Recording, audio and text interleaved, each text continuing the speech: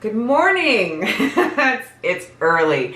Well, it's early for me, filming wise. Normally I start a little later on in the day, but I got up really early this morning. There was a lot of activity in the house, just a lot of stuff going on, a lot of noise. And I thought, well, since I'm up and I'm going to go ahead and do the workout thing and all that stuff, I thought I would sit down and have a moment and hang out with you guys, because there are a couple things that have happened on the interwebs that I found really interesting, some new developments and some old beef that got squashed. It's actually two really interesting stories. So we're going to just have like a little quickie moment together today. And if that sounds cool, stick around because I'm about to get into it. But before I do, if you haven't already, you know the drill. Like, subscribe, come hang on my channel. It'd be really great to have you here.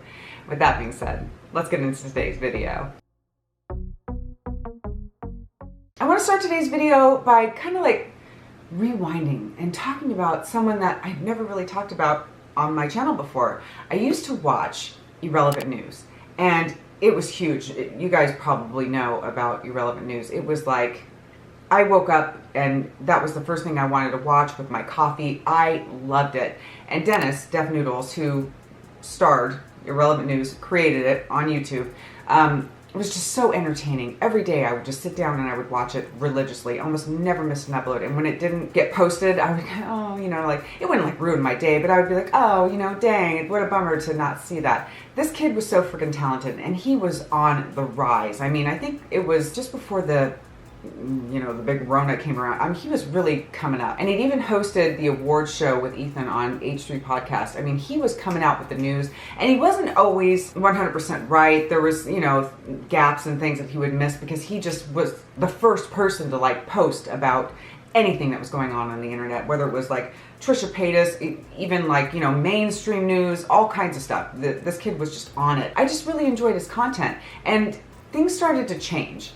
I think what was really happening was that he was probably getting burnout. This is what I gathered from it. And like I said, I'm not a news person. I don't know all the facts, but I think it's something that he had touched on, is that he was getting burnout. He didn't want to do Irrelevant News anymore. He was not interested in playing the cat in the Minecraft character any longer, and he just didn't want to do any of it anymore. He wanted to change up things and do something different and go in a different direction, and he did.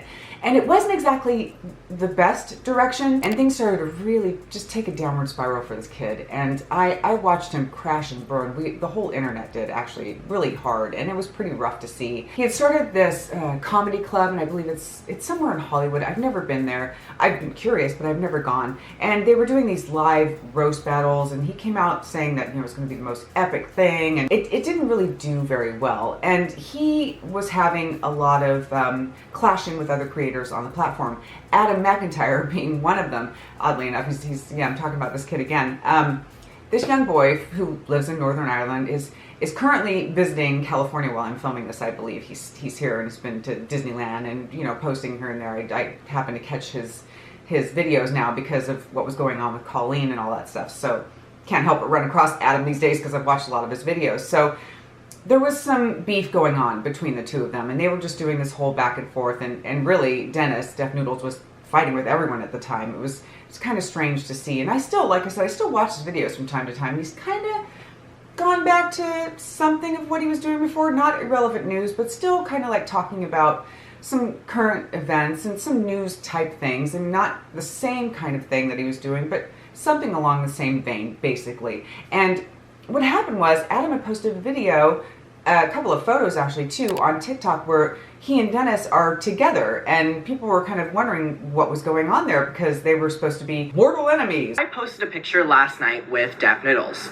and here's the picture. It was me at his comedy club last night, the infamous comedy club. A lot of people also were like, are you going to talk about the fact that you went to the comedy club? Are you going to talk about the fact that you and Deff Noodles met up after like publicly fighting? Are you going to talk about this? They weren't exactly considered friends. Well, it turns out that when Adam was, I guess coming to town, something along the lines of what he was talking about in this video, he wanted to go to Dennis's comedy club. He was corresponding with Dennis's girlfriend back and forth, trying to like work it all out, and he ended up going and checking out the comedy club. Well, I haven't watched any of the comedy going on there since then. I mean, I do, like I said, I watched some of his shows when he posts about certain news things that I'm interested in and that stuff, but I haven't watched any of the stand-up that's been going on there. But I guess what's happened, according to Adam, is that there's been like a complete revamp, and he really enjoyed the show, and that he got to meet Deff Noodles, and he seems like really shy in person but very boisterous online. And I believe that, because when he was hosting with Ethan, he came off as really shy and quiet, and I was almost taken aback because I'm so used to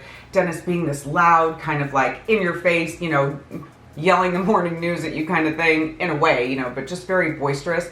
And he was very shy when he was doing that whole like award show with Ethan. It was kind of a trip to see it. So I believe that's true. But I guess the thing with this whole story is that I want to break it down to is that Adam and Dennis have squashed the beef, basically. One thing I want to talk about is something they never thought, and I don't think Raven or Dennis knew that I was going to talk about this. I promise you I don't have to make this video, but I genuinely want to, because I was so outspoken against Dennis. They do amazing work with their comedy space. They found some kind of common ground, and even though they'd had, you know, butted heads and gone back and forth, he's seen some real changes in Dennis, and I've seen him too. He's really calmed down quite a bit, and actually he was reporting on the fact that it seems like Dennis is doing a lot better and has kind of, you know, gotten himself together. I guess that's the best way to say it, and that he and his girlfriend are just like the sweetest people that he ever had the opportunity to meet, and that the comedy show was actually really great and entertaining, and that the space that they had there is really good, and things are just really positive there. And I guess I wanted to just share this with you guys because I feel like I was personally invested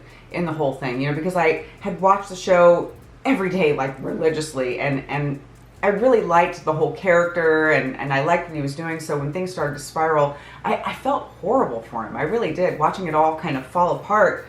And listening to him vehemently just deny and say, oh, everything's fine, I'm fine, I'm fine. He looked like he was really struggling, you know, and I don't know the kid personally, but just watching it was like, it was hard for me to watch. It was really a freaking shame. So to know that they had squashed the beef, and Adam was saying all these really nice things about him, and he wasn't even obligated to make this video, which is what he says in his own video, but he just wanted to let people know that he has a different perspective on Dennis, and they were able to like come together and have some kind of like common ground and just put the past behind them. And I don't know, I was just kind of glad to see it, because I'm still rooting for Dennis. You know, part of me is still kind of like, come on kid, you can do it. It doesn't seem like he has any interest in reaching the high heights that he had reached before. He still posts like every day, but he has more of an interest in doing things that he's passionate about and not really stressing on it. This is my perspective from what I see, just kind of like doing his thing and just letting the chips kind of fall where they may. And some of the stuff is good, and you know, some of it not so much, but people are still kind of giving him a hard time and still kind of making him the butt of the joke. And I don't know, I just don't think that's necessary. I think what we saw was someone really just being overwhelmed with everything, just kind of like coming down on them, and watching someone just kind of unravel like that, even though he was lashing out at a lot of people. I think in a situation like that, seeing what it was at this point in time, I don't know, I just kind of giving him a pass, and I really do want to see him succeed and just like live his best life. But to know that they squashed the beef, I just thought that was a really cool story that I wanted to share with you guys. So let me know what you think of that one in the comments. Did you know anything about Deff Noodles? Did you ever watch Irrelevant News? If you haven't, go back and watch it. I mean, it's actually really interesting. He was so freaking entertaining. He still is. He's doing, like I said, he still is. But boy, I used to love that show, and I will forever miss it because I thought it was freaking great. If you ever decided to do it again, I'm not gonna lie, I'd be kind of thrilled. We're gonna segue into the Trisha portion of the program, because Trisha posted a video the other day. I think it was on Saturday. She had more things that she wanted to talk about. It's another heartbreaking moment for me to go ahead and watch this. She came out talking about how she wants to, you know, pivot and go in a new direction, and that she was sad that the show didn't work out. And she kind of did a little rewind and was talking about again how she was feeling about the whole thing and how it all had panned out. I don't get embarrassed by many things. Like, obviously, the podcast ending after 3 episodes is like embarrassing. Us doing all this is embarrassing. It's just, it's all embarrassing. She has all this stuff that she's left with, the whole set and all that they had created in her basement, and now she wants to sell it. If anyone wants these chairs and you're in Southern California, let me know. Literally just whatever we paid for them. I paid like maybe $3,000 for both of them. I don't know. I don't know what to do with them. I don't know what to do. But, and the bling cups have arrived, and there's 2 of them. So I might put these on my Poshmark. I don't know if anybody wants these, but there it is. Oversharing mugs. So she was showing these cups that she had that had the podcast name on them. She wants to sell the chairs. She'd offered to anyone that was in the Los Angeles area that wanted to go ahead and buy them. $3,000. I mean, to someone who has the cash to go ahead and pick that up, I mean, okay. I mean, it's not going to be me, but my God, $3,000 for those chairs. It was nuts. So she's pulling out like these American dolls and that she was going to share with Colleen and the costumes they were going to do. And apparently they had another video that they had done together that isn't going to be, I don't imagine that she's going to end up posting it. It's just going to stay kind of like hidden forever. And Adam, again, coming into the story, was reacting to this video. I watched this video as well as hers, and my heart is just hurting for this girl. I just have so much freaking compassion for her. It's like, and it's unusual, again, like I said in my other video, because normally she's, you know, causing the drama, but just watching the video, which is a little bit scattered and all over the place, kind of like me right now, she makes her point. And I'm going to circle back to Adam really quick to where he wanted to, not to be mean, but he wanted to, again, reiterate that the only reason why Trisha was coming forward and talking about this stuff is that it was starting to directly affect her. And the proof of that was that she had had this video in the archives that had been filmed when all the stuff was already out, when all the information was already out there, and she knew full well the allegations against Colleen, and she still chose to go ahead with it. She said, you know, I'm going to pivot.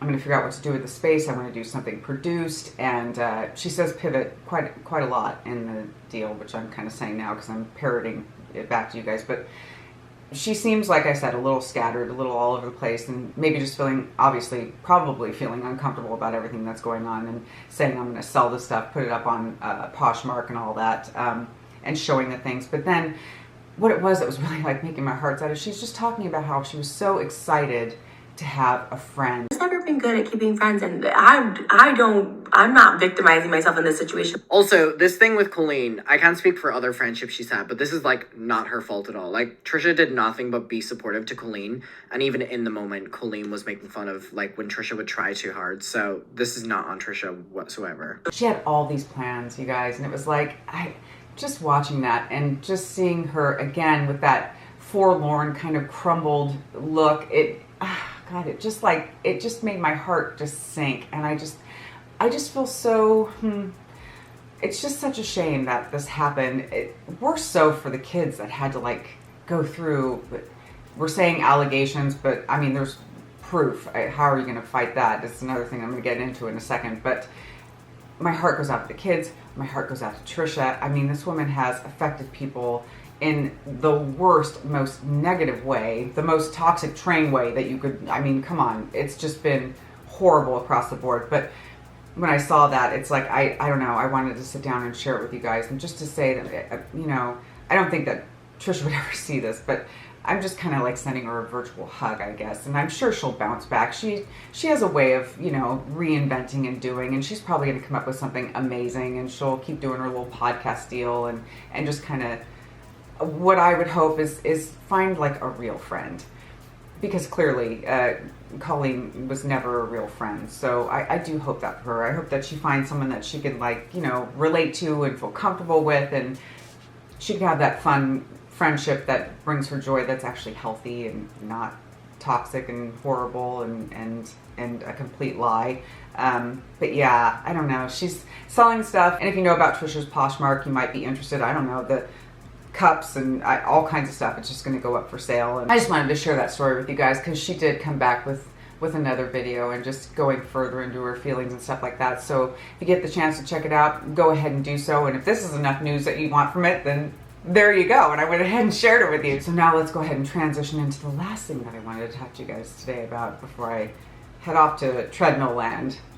I don't know how that's going to happen, but it's going to happen, and it's going to be great. So I was watching Rich Lux, and he was saying something along the lines about how his sleuth team had figured out that Colleen is lawyering up. Well, who is he? Well, he's an attorney named Andrew Butler. He defends controversial clients. I have been up against Andrew Butler in many, many of my cases. He represents a lot of these guys who are high-profile guys accused of sexual misconduct. And she's got herself a very fancy, very expensive lawyer, and I believe she's going to try and go after defamation.